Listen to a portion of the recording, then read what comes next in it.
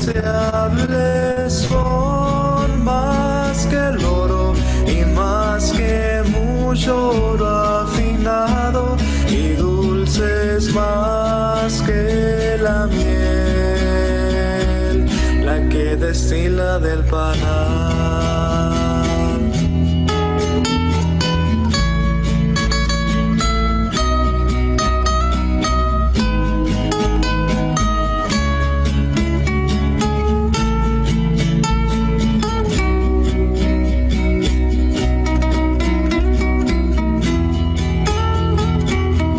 El temor de Jehová es limpio, que permanece para siempre. Los juicios de Jehová son verdad, aun todos justos. Deseables son más que el oro y más que mucho oro afinado, y dulces más que la miel, la que destila del panal. Tu siervo es amonestado con ellos, en guardarlos hay grande galardón. Deseables son más que el oro y más que mucho oro afinado, y dulces más que la miel, la que destila del panal.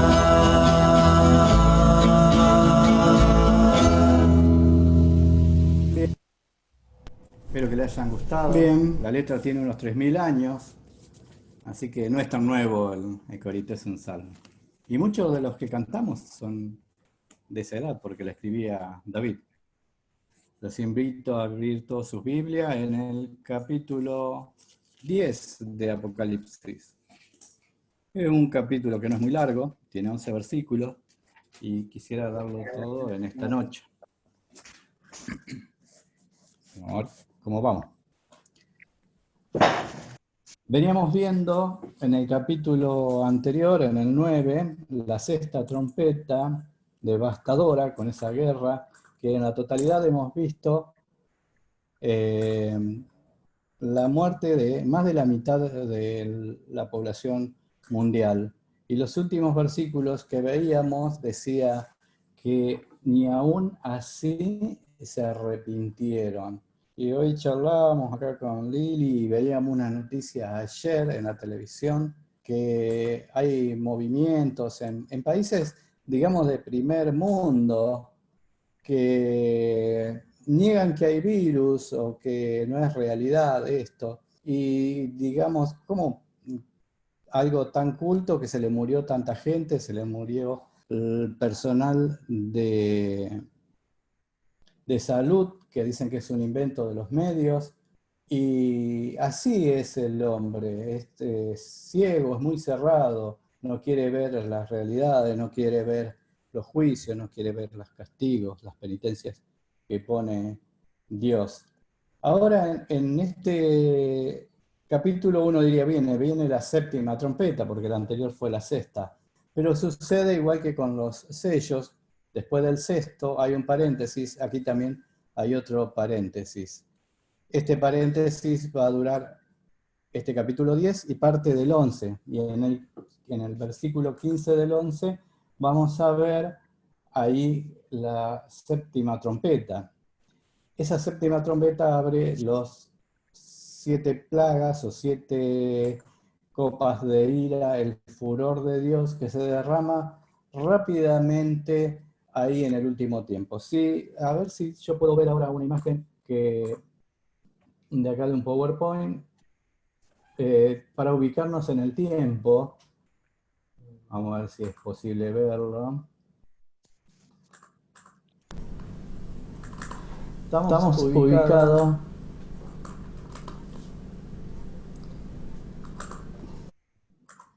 bueno, acá menos mal que está Marty, que la aquí lo va a hacer funcionar. Bien, fíjense que estamos, dice su duración 7 años, estamos en la semana número 70 de la profecía de Daniel, y está dividida en 3 años y medio y 3 años y medio, o 42 meses o 1260 días, que lo vamos a ver ya en el versículo 11 también ya empieza a enumerar esos tiempos. Estamos de donde dice semana 70 al final, porque ya quedan muy pocos días de esa gran tribulación, porque cuando se desaten la séptima trompeta ya viene muy cerca, todos los castigos de Dios hacia todo el mundo, y luego está la venida de Cristo. Pero en el capítulo siguiente vamos a ir al inicio de esta semana 70, porque el próximo tema que vamos a tocar en el capítulo 11 es los 2 testigos. Acá se ve toda borrosa la imagen, pero al principio figuran los 2 testigos. Así que, si Dios quiere, el jueves vamos a ver los 2 testigos y empezamos a rever de vuelta qué va transcurriendo en la tierra en toda esta semana. Pero ahora hay un paréntesis, justo antes de que esto... Perdón, papá, ¿me escuchás? Sí. Se escucha con eco. Espera un cachito. ¿Ahí te escuchás mejor? Está bien, así que me interrumpan. Bueno, sí, el micrófono que tengo, que produce eso. Igualmente, cualquier cosa me interrumpen y vamos viendo absolutamente todo. Entonces vamos a ver con el capítulo 10, versículo 1, lo que va narrando Juan. Acuérdense que ahora hay otro tema entre medio de lo que está sucediendo. Dice: vi descender del cielo a otro ángel fuerte. ¿Se acuerdan que cuando iba a descender en el quinto ángel, Juan vio un ángel que había descendido, que estaba caído en la tierra? Ahora, el caso es totalmente distinto, porque Juan está como parado en la tierra, viendo descender del cielo un ángel fuerte, dice. En este capítulo 10, uno tiene mucha información si busca en internet, pero toda la información, o la gran mayoría de la información, es de la Iglesia Adventista, porque en este capítulo se basan muchos su doctrina, porque Miller tuvo una visión del que se le abre el cielo y Dios le profetiza en el 1800, y empieza a sacar números y conclusiones. Luego en el 1844 tienen el gran chasco de que no se cumplieron esos números, entonces empiezan a reafirmar otras teorías. Así que hay que tener mucho cuidado con este capítulo 10. Pero nosotros nos vamos a guiar por lo que dice la palabra de Dios. Acá cuando dice un ángel fuerte, vamos a avanzar en otra diapositiva. Ahí tengo una representación gráfica más o menos como lo que está hablando la palabra de Dios, porque lo detalla cómo es su característica. Y las doctrinas, y muchísimas doctrinas, dice que ese ángel fuerte es el Señor Jesucristo, pero no es el Señor Jesucristo, porque dice, acá en la palabra vi a otro ángel. El Señor Jesucristo no es un ángel, a otro ángel fuerte. Juan ya había visto a otro ángel fuerte. Si uno va al capítulo 5, versículo 2, ahí está el ángel fuerte, dice: y vi un ángel fuerte que pregonaba a gran voz: ¿quién es digno de abrir el libro y de desatar los sellos? Acuérdense en ese momento que también es una clase de ángel fuerte, grande, poderoso. Vamos a ver que es inmenso. En este dibujo lo vemos con una proporción muy grande, porque la palabra de Dios nos va a estar diciendo de que tiene un pie apoyado en el mar y otro en la tierra. No es que está en la orillita, sino que es sumamente grande y poderoso. Y lo empieza a detallar, a ver cómo es el ángel fuerte. También la palabra de Dios nos muestra que no es el Señor Jesucristo, porque Juan lo conocía al Señor Jesucristo, lo conoció, lo vio y lo había visto en el capítulo 1 y lo vio también de joven, lo conocía. Si no hubiera dicho, es el Señor Jesucristo. Y avanzamos un poquito más. Fíjate que aquí en el dibujo, en el versículo 1, dice que está envuelto en una nube. En este dibujo está envuelto en una nube. A ver si hay algún... Se sigue escuchando con eco. Espere que baje un poquito acá.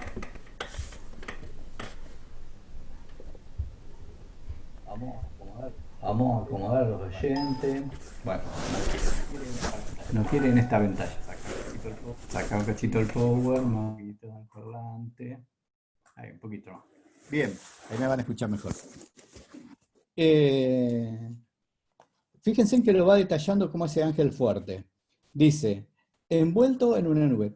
Todas las características de este ángel muestra que es de Dios y que es del Señor Jesucristo. ¿Por qué? Muchas de las cosas que tiene este ángel vemos que son también en el capítulo 1 de Apocalipsis, cuando se detalla al Señor Jesucristo, cómo lo ve Juan, tiene muchas características similares a esto. Es como podemos decir nosotros, es del mismo equipo, es de Dios. Y entonces está diciendo, estaba envuelto en una nube. Algunos dicen, no, es Cristo en su venida, porque también la otra religión tiene tercera venida de Cristo, es en su segunda venida, pero no es así, porque se basan en hechos, como los ángeles le dicen, como lo vieron irse en las nubes, lo van a ver venir en las nubes. Pero acá dice, envuelto en nube, Dios lo viste así a ese ángel. Dice que en una parte de la Biblia que las nubes son carrozas de Dios, en una forma poética que tiene la palabra de Dios. Y dice, con el arco iris en su cabeza. Vimos en el capítulo 4 que sobre el trono de Dios había un arco iris.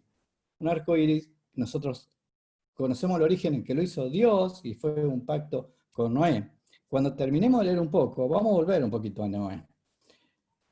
Pero vemos estas características, cómo lo está detallando a ese ángel fuerte. Dice, y su rostro era como el sol resplandeciente. Cristo también tiene el rostro como el sol. Dios tiene, de estar en la presencia de Dios, quedan todos luminosos. Este ángel también es luminoso, y cuando habla de los ángeles, es muy luminoso. Apocalipsis es muy gráfico. Vamos a ver de todas cosas, vamos a ver distintos tipos de ángeles. Estamos viendo también a medida que vamos avanzando en los libros. Este tipo de ángel dice que su rostro era como el sol y sus pies como columnas de fuego. Podemos decir sus piernas como columnas de fuego. ¿Y algún comentario? No, sigo.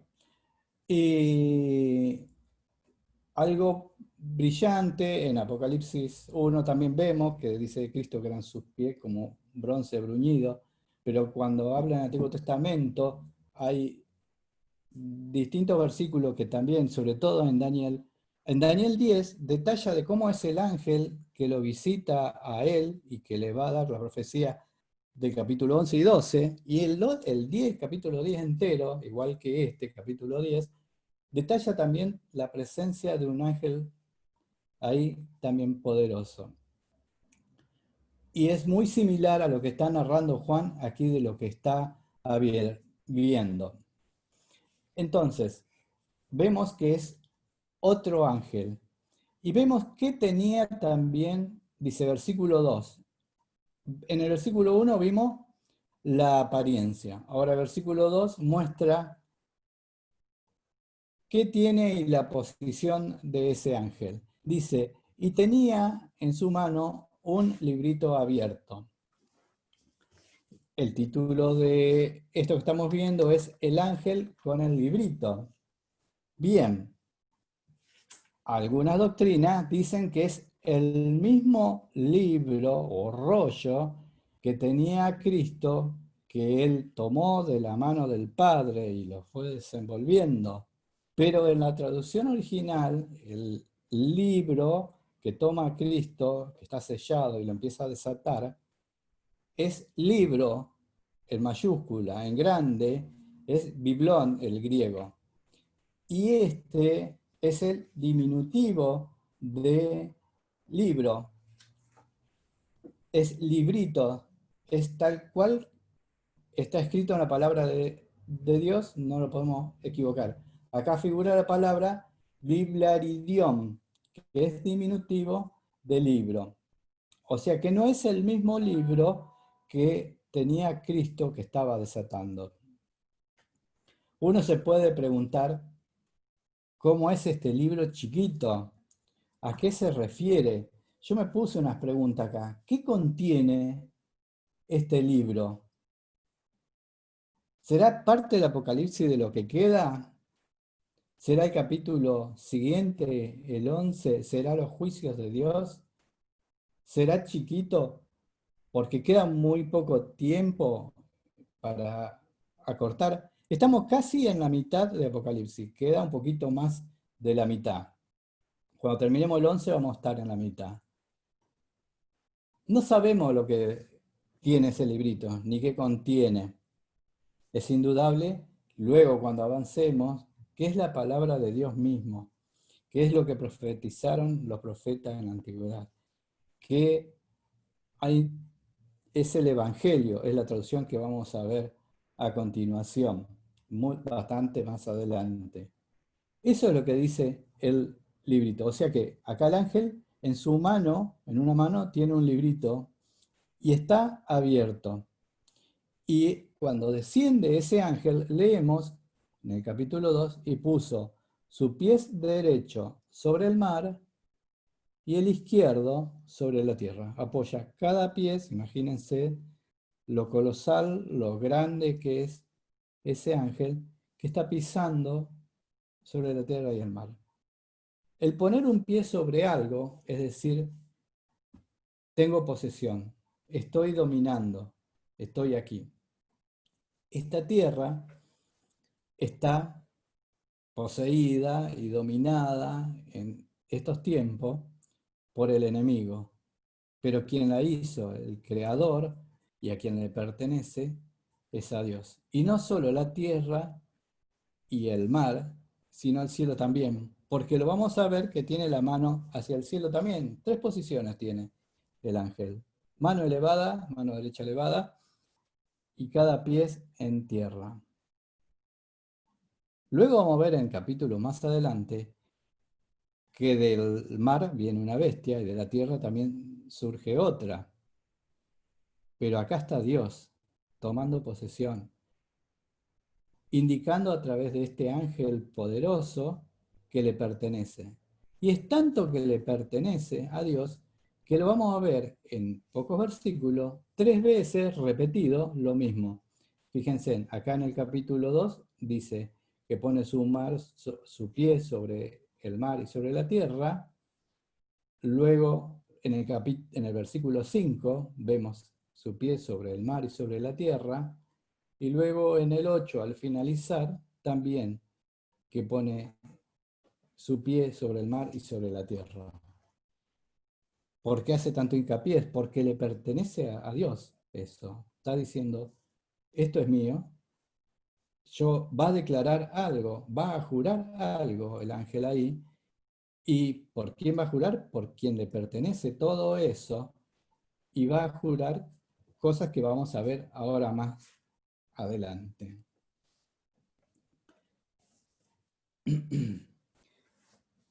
Dice versículo 3. Y clamó a gran voz como ruge un león, y cuando hubo clamado, 7 truenos emitieron sus voces. A ver, el power. Bueno, avancé un montón. Bueno, ahí vemos la característica del ángel, avanzamos. Ahí ese dibujo está exactamente al revés, porque abajo muestra el versículo 1 de la característica del ángel, su aspecto, luego el 2, que está la posición, Y luego que hay un mensaje que es el que vamos a ver ahora, que tiene voz de león, se escuchan 7 truenos que repiten su mensaje, y Juan debe sellar ese mensaje que es lo que vimos. Avanzamos. Dice que su voz, imagínense, es re poderoso, pero su voz dice como el rugido de un león. Si usted ha escuchado un león rugiendo, se escucha de lejos, se escucha totalmente fuerte. Y no solo eso, sino que dice que se escucha la voz de 7 truenos. ¿Se escucha con eco todavía? No. Bien. En el versículo 3 al final dice, cuando hubo clamado, el ángel clamó con una voz sumamente fuerte, como digamos pegando un grito, y se escuchan 7 truenos que emitieron sus voces. No dice que el ángel haya producido esos truenos, sino que del cielo se escuchan 7 truenos. 7 truenos. Estos truenos es la voz de Dios misma hablándole a Juan 7 veces. En el Salmo 29, versículos 3 y 4 dice, voz de Jehová sobre las aguas, truena el Dios de gloria, Jehová sobre las muchas aguas. Voz de Jehová con potencia, voz de Jehová con gloria. Este salmo es corto, el Salmo 29, y 7 veces dice voz de Jehová que truena. O sea que estos 3 truenos simbolizan a la voz de Jehová. Job, en el capítulo 37, 5, dice, truena Dios maravillosamente con su voz. El que quería escuchar y entendía no eran trueno, era voz de Dios tan poderoso como un trueno. Podemos ver luego al Señor Jesucristo cuando está en Getsemaní, ahí orando al Padre y sufriendo, que le pide, si es posible, pasa de mí esta copa. En Juan 12, 28, 29 y 30, Cristo glorifica a Dios y dice, Padre, glorifica tu nombre. Entonces vino una voz del cielo, le contesta una voz del cielo, dice, lo he glorificado y lo glorificaré otra vez. Y la multitud que estaba allí había oído la voz y decían que había sido un trueno, habían escuchado la contestación que Dios le dio al Señor Jesús, que había sido como un trueno. Y otros decían, un ángel le ha hablado al Señor Jesucristo. Y respondió Jesús y le dijo, no ha venido esta voz, ese trueno, que era la voz de Dios, por causa mía. Cristo lo escuchaba bien, dice, sino por causa de vosotros. Vemos que Dios se expresa con una forma muy poderosa como un trueno. Para el pueblo hebreo, el trueno es la voz de Dios. En este caso que estamos viendo de Apocalipsis, es la voz del mismo Señor Jesús que está hablándole desde los cielos y le dice 7 cosas a Juan. ¿Qué cosas le dice? ¿Qué cosas le dice? No lo sabemos. Vamos a ver el versículo 4. Dice, cuando los 7 truenos hubieron emitido sus voces, Juan los entendió clarísimo a esos truenos, dice, cuando esos truenos emitieron sus voces, dice, yo iba a escribir, se apuró a escribir lo que iba a decir. Dice, pero oí una voz del cielo que me decía, sella las cosas de los que los 7 truenos han dicho y no las escribas. Esta voz del cielo le prohíbe que escriba lo que escuchó. ¿Qué escuchó? No lo sabemos, porque la palabra de Dios lo ha velado. Dios lo ha velado. Pero asimismo, mucha gente tiene doctrinas y revelaciones que dicen que tal y tal palabras de los truenos son y quieren decir tal cosas. El libro de Apocalipsis se llama Revelaciones, porque Dios está revelando absolutamente todo. Pero hay cosas que Dios no revela, que está en su potestad de no revelar. En su momento Daniel le había dicho, sella estas palabras hasta que se cumpla un tiempo, que es este tiempo de la tribulación. Ahí se va a entender todo eso. Cuando Dios quiere, revela cosas. Y cuando Dios no quiere, se las dice a Juan, pero dice, no las escriba. Esto es un regalo para ti. Es para que sepa lo que va a pasar. ¿Qué diría? No sé, tal vez que ya viene el fin, es pronto. No sé, no podemos inventar, pero está en las cosas de Dios.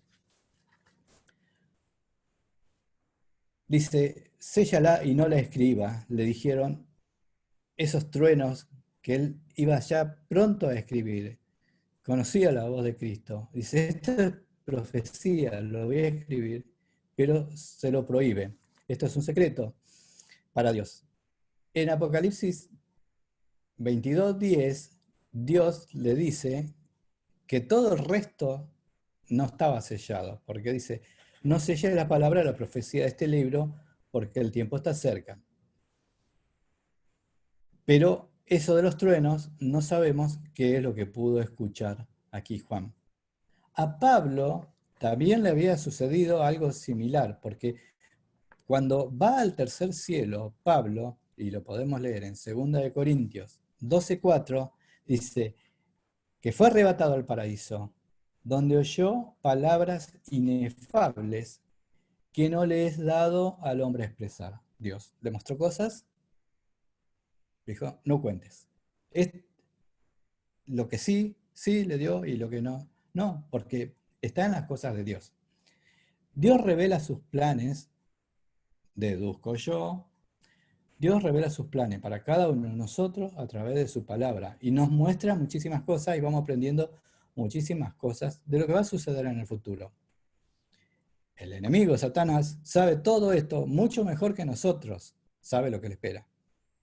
Pero hay cosas que no sabe qué es lo que le espera porque Dios nos las reveló. Supongo yo que ha de pasar por ese lado.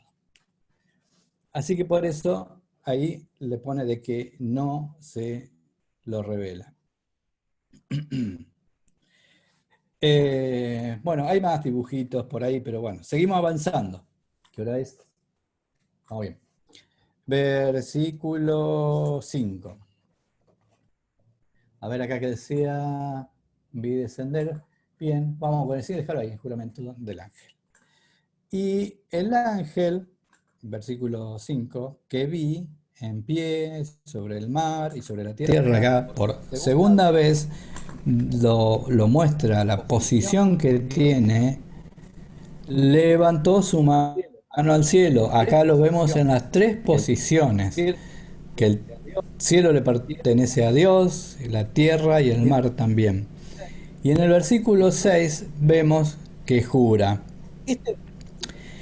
Este versículo muestra también que no es el Señor Jesucristo, por el juramento que está haciendo este ángel.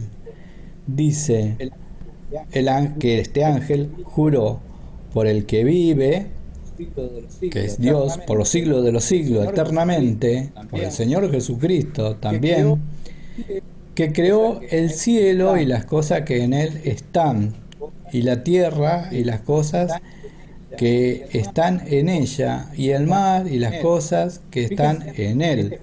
Fíjense en este juramento que es sobre la tierra, sobre el mar, jura a través del Creador.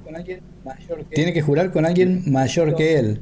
Si hubiera sido Cristo, tendría que jurar por sí mismo. Yo por aquí me escribí, ¿qué es esto de levantar la mano y jurar? Porque los vemos en los jurados. Dice, jura decir la verdad y toda la verdad. Algunos poner sobre la Biblia o en su corazón o levantando la mano. Dice, levantar la mano derecha durante un juramento significa el más alto grado de respeto, ya que se está comprometiendo la palabra y el honor de la persona. Es un lenguaje corporal. Más, este ángel, vemos toda la descripción de por quién está jurando. ¿Qué garantía había atrás de todo eso? El Creador, el que hizo absolutamente todo lo que existe, el mar, el cielo y la tierra y todo lo que en ellos hay. Daniel ve la misma visión en su momento, en Daniel 12:7, dice: yo oí al varón vestido de lino fino, otro ángel, que estaba sobre el agua del río, cuando alzó su diestra y siniestra al cielo y juró por el que vive por los siglos de los siglos. Vio otro juramento igual de un ángel a través de esa visión que tuvo Daniel. Acá vemos al ángel que no es Cristo, jurando por alguien más grande que él, porque si fuera Cristo, juraría por sí mismo. En Hebreos 6:13 tenemos: porque cuando Dios hizo la promesa a Abraham, no pudiendo jurar por otro mayor, juró por sí mismo. Vemos que a Dios o el Señor Jesucristo jura por sí mismo, porque no hay más grande que Él. Por eso este ángel jura por la creación de Dios. Y el creador de todas las cosas es el Señor Jesús. En Juan 1:1 dice: en el principio era el Verbo, y el Verbo era con Dios, y el Verbo era Dios. Este era en el principio con Dios. Luego, en Juan 8:58, Jesús le dice: de cierto os digo, antes que Abraham fuese, yo soy. Es de la eternidad, como estamos viendo ahí en Primera de Juan. Es por los siglos de los siglos. El que vive por los siglos de los siglos. ¿Y qué es el creador? Porque en Juan 1:10 dice: y en el mundo estaba, y el mundo por él fue hecho. Y en el versículo 13 de Juan 1 dice: todas las cosas por él fueron hechas, y sin él nada lo que ha sido hecho fue hecho. Por eso está jurando por el dueño de todas esas cosas que está él pisando. En Colosenses 1:16, Pablo confirma de las cosas que son creadas por el Señor Jesús. Dice: porque en él fueron creadas todas las cosas. No solamente este planeta Tierra, sino las que hay en los cielos, la tierra, lo invisible, lo visible, sean tronos, dominios, principados, potestades, todos los ángeles, todas las cosas que no conocemos. Todo fue creado por medio de Él y para Él, para el Señor Jesús. Y Él es ante todas las cosas, y todas las cosas en Él subsisten. Entonces vemos acá a este ángel, que la palabra ángel es mensajero, y está haciendo de mensajero. Da este mensaje que le dio Cristo. ¿Y qué es lo que está jurando el ángel? Lo tenemos ahí al finalizar el versículo 6. Que el tiempo no sería más.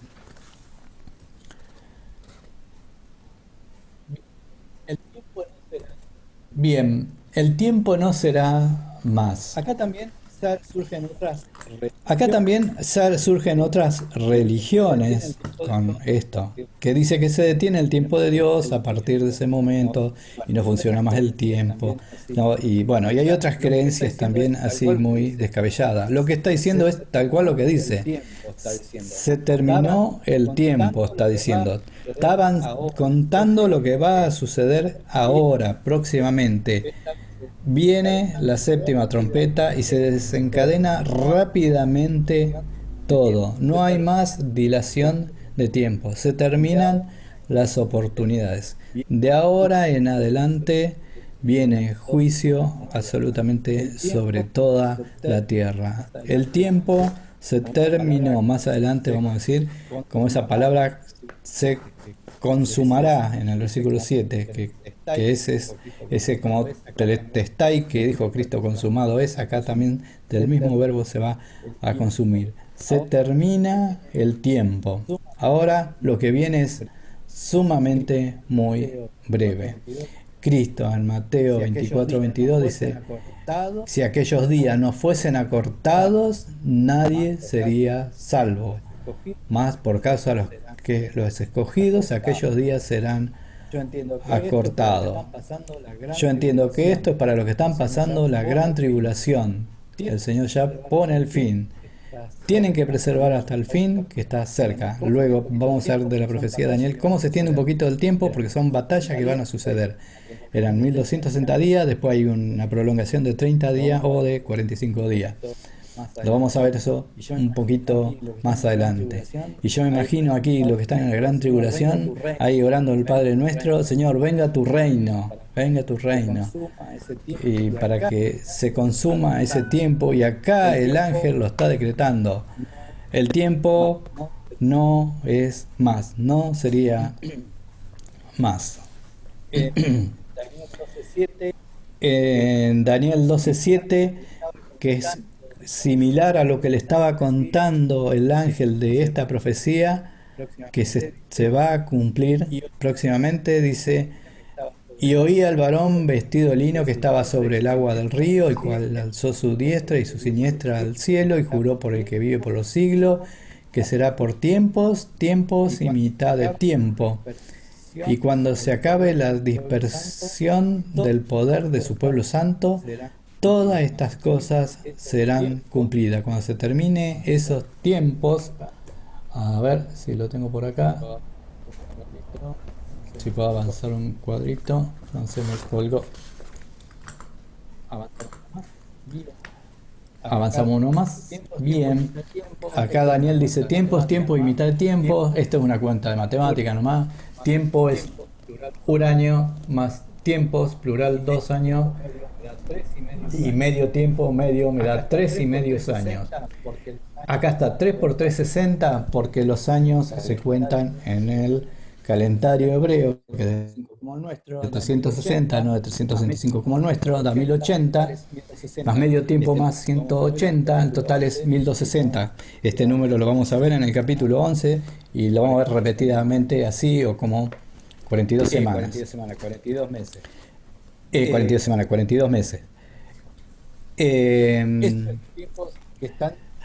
Eso es los tiempos que están, que dice Daniel: cuando se complete ese tiempo, vendrá entonces el fin.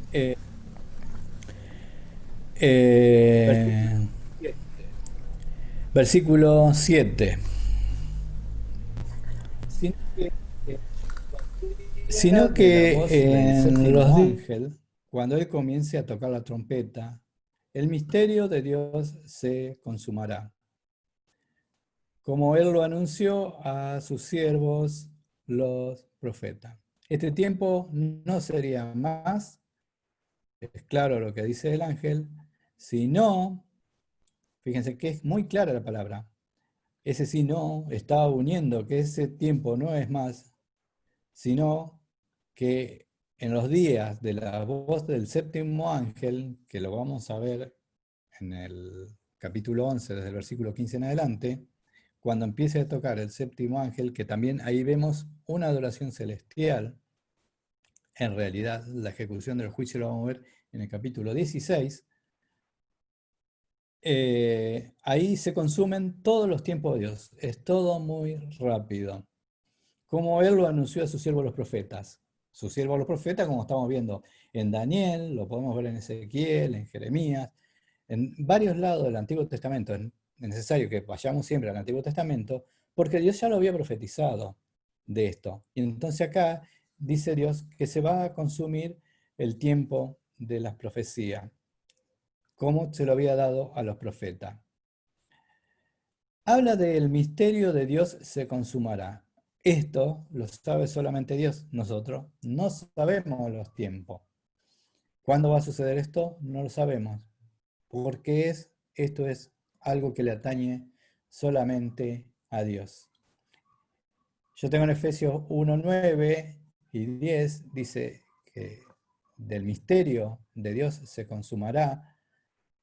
Dice, dándonos a conocer el misterio de su voluntad, según su beneplácito, según como él desea, el cual se ha propuesto en sí mismo. Dios es el que determina absolutamente todas las cosas. de reunir todas las cosas en Cristo, dice en el versículo siguiente, en la dispensación del cumplimiento de los tiempos. Así, las que están en los cielos como que están en la tierra.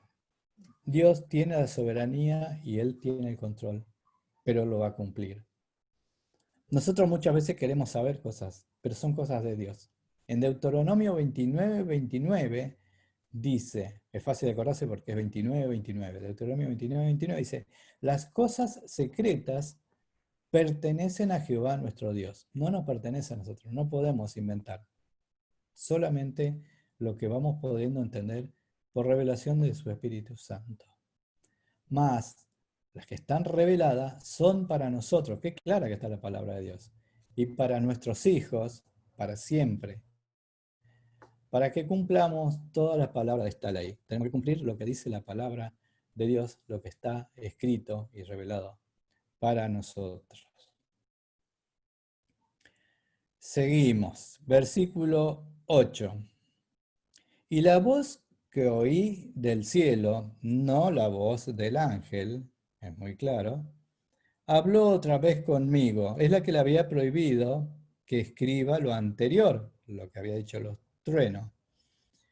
Y le da una orden a Juan, esa voz del cielo, que ha de ser de nuestro Señor Jesucristo. Y dijo, ve y toma el librito que está abierto en la mano del ángel que está en pie sobre el mar y sobre la tierra, que por tercera vez da el detalle, hasta la misma voz del cielo da el detalle de la posición del ángel. Era un ángel inmenso, él tenía que ir y tenía que tomar el librito. Uno tendría coraje de ir y a un ángel poderoso ir o pedirle el librito, o no sé de qué forma sería, de ir y tomar el libro, pero esa orden viene del cielo y lo está mandando a él. Ve, toma el librito que está abierto en la mano del ángel, que está en pie sobre el cielo y sobre la tierra. Entonces, acá Juan dice, y fui al ángel diciéndole que me diese el librito, y él me lo dio, se lo pide. Juan, el ángel, se lo da, y cuando se lo da, él me dijo, el ángel le habla, y le dice, toma y cómelo. ¿Cómo se entiende esto de comer un librito? Yo acá tenía, vamos a poner un dibujito. Uno se imagina comer, no vamos a comer papel. Pero es figurativo, aquí hay como una cerámica bizantina de que, quién sabe de qué año será, a Juan ahí comiendo el librito que le da el ángel o el rollo de ese entonces. Pero esto es simbólico. Comer es devorar, es analizar, es comprender. Eso nos pasa a nosotros. Es devoción. Los otros días hablaba Centeno en la reunión cuando leyó de Juan que Cristo decía que era necesario comer su sangre, comer su carne. Acá lo tengo, en Juan 6:53 Jesús dijo, de cierto os digo, si no coméis la carne del Hijo del Hombre y bebéis su sangre, no tenéis vida en vosotros. Es necesario comer de Él, alimentarnos de Él. Y el librito es la misma palabra de Dios. Acá dice Evangelium, como el original de lo que se tenía que comer. Acá Juan, es la palabra de Dios. Y yo puse hoy en el corito ese que dice que la palabra de Dios es dulce como la miel. Y él tenía que comer ese librito. Y le da lo que le va a suceder. Porque dice, toma y cómelo. ¿Y qué va a suceder? Dice, y te amargará el vientre, pero en tu boca será dulce como la miel. Y comer el librito es estudiar el contenido de la palabra de Dios. No es una comida común. Esto transformaría en un mensullo. Cuando yo me pongo a ver algo de esto, tengo que comer este mensaje, le tengo que pedir al Señor que me ayude a explicarlo y después dárselo a ustedes para que lo puedan comer ustedes, usando siempre la misma palabra comer, pero es entender, comprender, degustar y que produzca alimento en cada uno de nosotros.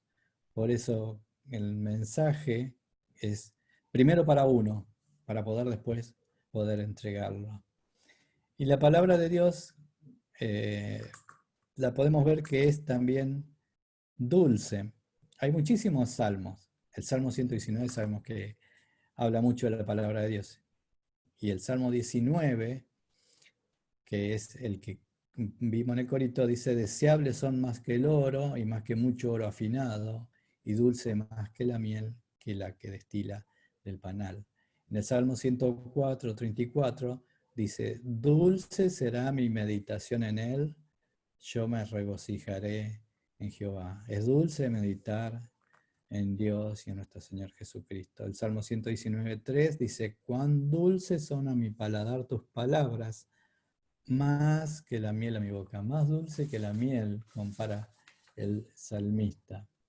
En Proverbio 16:24 dice, panal de miel son los dichos suaves, suavidad al alma y medicina para los huesos. Y esto que le pasa a Juan, también lo pudo ver y le aconteció a Ezequiel y a Jeremías también. En Ezequiel capítulo 2 y 3, Dios lo manda a que coma de la palabra de Dios y le hable al pueblo rebelde, que era Israel. Y dice Dios a Ezequiel en el capítulo 2, versículo 8, y después continúa hasta el capítulo 3:3, dice, mas tú, hijo de hombre, oye lo que yo te hablo. No seas rebelde, porque le está hablando que rebelde es, dice, no seas rebelde como la casa rebelde, como Israel. Abre tu boca y come lo que yo te doy. No le dice, abre tu entendimiento, abre tu boca y come lo que te estoy dando. Y miré y aquí una mano extendida hacia mí, le apareció una mano y en ella un rollo de libro. Y lo extendió delante de mí y estaba escrito por delante y por detrás y había escrita en él endechas y lamentaciones y ayes. Le pasó lo mismo a Ezequiel que lo que está sucediéndole ahora a Juan. Y me dijo, hijo de hombre, come lo que hayas, come este rollo y ve y habla a la casa de Israel.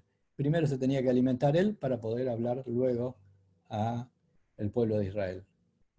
Y dice, y abrí mi boca y me hizo comer aquel rollo. Y me dijo, hijo de hombre, alimenta tu vientre y llena tus entrañas, tu interior, de este rollo que yo te doy. Y lo comí y fue en mi boca dulce como la miel. En Jeremías 15:16 dice, fueron halladas tus palabras y yo las comí, y tu palabra me fue por gozo y por alegría de mi corazón, porque tu nombre se invocó sobre mí, oh Jehová, Dios de los ejércitos.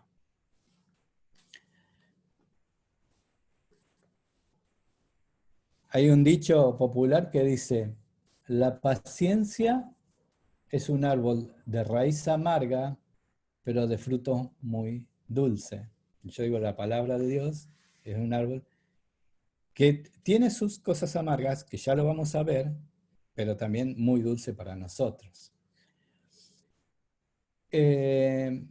Entonces, vemos que acá en el versículo 10, en el versículo 9, se le da a comer eso y se le advierte lo que le va a producir, que dice, en tu boca será dulce como la miel, pero en tu vientre va a ser amargo. Uno cuando estudia los sentidos, en el gusto tenemos la lengua nosotros. En la punta de la lengua tenemos lo dulce, lo salado a los costados y lo amargo hacia atrás, hacia el fondo. Y acá también la palabra de Dios, al principio es dulce, pero también cuando uno lo empieza a estudiar o ve también cosas que suceden, ¿Y por qué no sucedió así? También es amarga. En el versículo 10 dice, entonces tomé el librito de la mano del ángel, obedeció y lo comí. Y era dulce en mi boca como la miel, pero cuando lo hube comido, amargó mi vientre.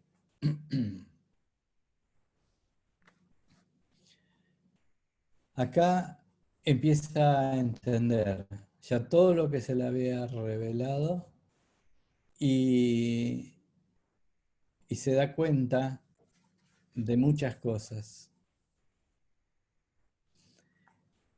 Es dulce porque comprende el amor de Dios, conoce los planes de Dios, conoce la salvación, el poder de Dios manifestado, a Jesucristo dando su vida para poder salvarnos. Todo el amor contenido de Dios, todas las promesas de Dios hacia nosotros y que las cumple. Todo eso es sumamente muy dulce. Pero lo amargo del interior es que Él quiere llevar esa nueva salvación y nos sucede a nosotros también, que eso tenemos que llevar el plan de salvación. Pero lo amargo es cuando se rechaza, cuando no se acepta. Es más, ahí ellos pasaban por persecuciones. Juan estaba preso en una isla. Ya antes había sido casi frito por que lo quisieron matar. Él pasó muchas amarguras también por la misma causa. Hay cosas dulces y hay cosas amargas. Pero lo más amargo es el rechazo, como vimos en el versículo final del capítulo anterior, que ni aún así aceptaban a Dios y se pierden y se van a la condenación. Hablaba Lalo los otros días que nuestro Señor Jesús lloró. ¿Y por qué lloró? Porque veía que la muerte tenía poder y se estaba llevando gente a la condenación. Por eso, porque no podía, había gente que no podían ser salvas. Por ese amor hacia las almas. Y tiene que ser nuestra devoción eso, de querer salvar a las almas. En el versículo siguiente, así lo vamos cerrando, y vuelvo después al 10, dice, y él me dijo, se le da una orden, nuevamente, el ángel le está diciendo, es necesario que profetices otra vez sobre muchos pueblos, naciones, lenguas y reyes. Y Juan obedeció, y tendría 90, 95 años, ya viejito, y con sus pocas fuerzas que tendría, siguió profetizando a todo el mundo, no se callaba. Si no hubiera sido así, no tendríamos el libro este que estamos analizando, que son todas profecías. Hizo caso a este versículo 11, que lo mandó este ángel a que siga profetizando. Pero antes ya lo había mandado el Señor Jesús. ¿Se acuerdan cuando termina Mateo 28? Dice, por tanto, y él estaba en ese grupo de discípulos, el Señor Jesús le dice, id y haced discípulos a todas las naciones, bautizándolo en el nombre del Padre, el Hijo y el Espíritu Santo, enseñándoles que guarden todas las cosas que os he mandado. Y aquí yo estoy con vosotros todos los días hasta el fin del mundo. Acá está la cosa dulce. Yo estoy con vosotros todos los días hasta el fin del mundo. Y no están solos, porque en Hechos 1:8 dice, pero van a recibir poder cuando haya venido sobre vosotros el Espíritu Santo. Y me seréis testigos en Jerusalén, en toda Judea, en Samaria, hasta el último de la tierra. Lo que dice acá, sobre pueblos, naciones, lenguas y reyes. No importaba si era un esclavo o un rey, o de qué raza era o de qué pueblo. Profetiza esto, sigue predicando el Evangelio. Y Juan lo siguió transmitiendo continuamente. El libro agridulce es lo que estábamos viendo. Es necesario enseñarlo. Yo tenía un escrito acá de Billy Graham, decía, el pecado ha cegado a los hombres y mujeres, así que las personas que no han sido salvas ven la vida de acuerdo a su perspectiva falsa. El diablo lo tiene engañado. Pero los cristianos, nosotros, que hemos nacido de nuevo, vemos la vida no como una masa indefinida, para qué vivimos, o hacernos preguntas raras de qué confuso, qué no tiene sentido. Sabemos que es algo que está planeado y tiene un propósito de Dios. Dios nos ha abierto nuestros ojos con su verdad espiritual, con su Espíritu Santo. Hermanos, tenemos la luz de Cristo para este mundo. ¿Y qué hacemos con esa luz? ¿La vamos a poner debajo de un almud? Eso nos enseña el Señor Jesús que no, que somos sal y luz. Y esta profecía que estamos estudiando es para advertir a los demás, porque el tiempo no será más, se va a ir acortando el tiempo. Si Cristo viene hoy, se van a perder montones de nuestros conocidos. ¿Se entiende? Dice que va a ser como en los días de Noé. Y si nosotros nos ponemos en la piel de Noé, Dios tuvo mucha paciencia, 1 año, 2 años, 100 años, seguía ahí esperando que gente entre en el arca. Pero un día Dios cierra la puerta y ya no va a haber más. El tiempo no es más, va a decir Dios. Y de mientras, bueno, Noé se preocupaba, pero no entró gente. Pero nosotros tenemos que tener esa actitud de Noé, que Dios le dice, es pregonero de justicia. Está anunciando la forma de salvación. Y Dios nos puso eso, para eso. Y vemos otro caso opuesto, el de Jonás. Dios lo manda. Anda a Nínive. No, son malos eso. Yo voy para otro lado. Y es feo que un creyente, o en qué posición nos ponemos nosotros si somos así insensibles, indolentes con los que se pierden. Si vamos sabiendo, vamos estudiando todas estas cosas que van pasando y que van a pasar porque Dios promete y cumple, ¿cuál es nuestra actitud? Ese libro es dulce y amargo. Es dulce, y sí, es dulce y sí, entrega salvación. Pero si se pierde, nos va a dar amargura a nosotros. ¿Se entiende, hermano? Cristo dice, Mateo 24:32, más como en los días de Noé, así será la venida del Hijo del Hombre. Porque como en los días antes del diluvio, estaban comiendo, bebiendo, casándose y dándose en casamiento, hasta el día en que Noé entró en el arca. Y no entendieron, hasta que vino el diluvio se los llevó a todos. Así será la venida del Hijo del Hombre. En esta etapa que estamos viendo de Apocalipsis, la venida de Cristo, su segunda venida, también está muy cerca. Es para que reflexionemos. Hay muchos pasajes que nos vamos a ver montones de cosas aquí en Apocalipsis, hermosas cosas, que Dios nos tiene preparado a nosotros y que nos sacude y nos hace ver. ¿Comemos este librito? Bueno, enseñémoselos a otros también. Acerquémosle el plan de salvación a los que Dios tiene preparado para que les llegue su palabra. Que el Señor nos bendiga y nos ayude. Oramos y después si me queda alguna duda o algo, no hay problema, ahí lo contestamos. Amado Padre Celestial, gracias por tu palabra, gracias porque en realidad es muy clara, la entendemos tal cual está escrita, Señor, y nos hace reflexionar.